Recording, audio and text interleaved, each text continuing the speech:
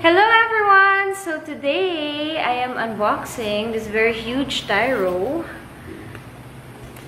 that was sent to me by Siomai King. And it says, Miss Maui Taylor, enjoy your all-time faves by Siomai King Express.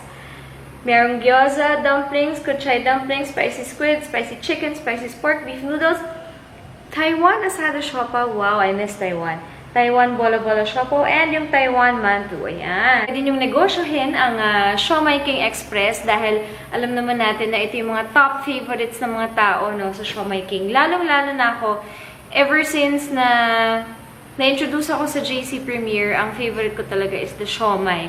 So, pakita natin sa inyo one by one kung ano yung mga nasa loob.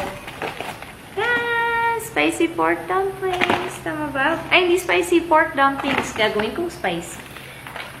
Yan. Tapos ito yung spicy squid. Ang dami. Spicy chicken. Pakita natin yung styro. Kung gaano ba siya talaga kapuno. Okay. Mukhang ulam ko na to hanggang December. Merry Christmas to me.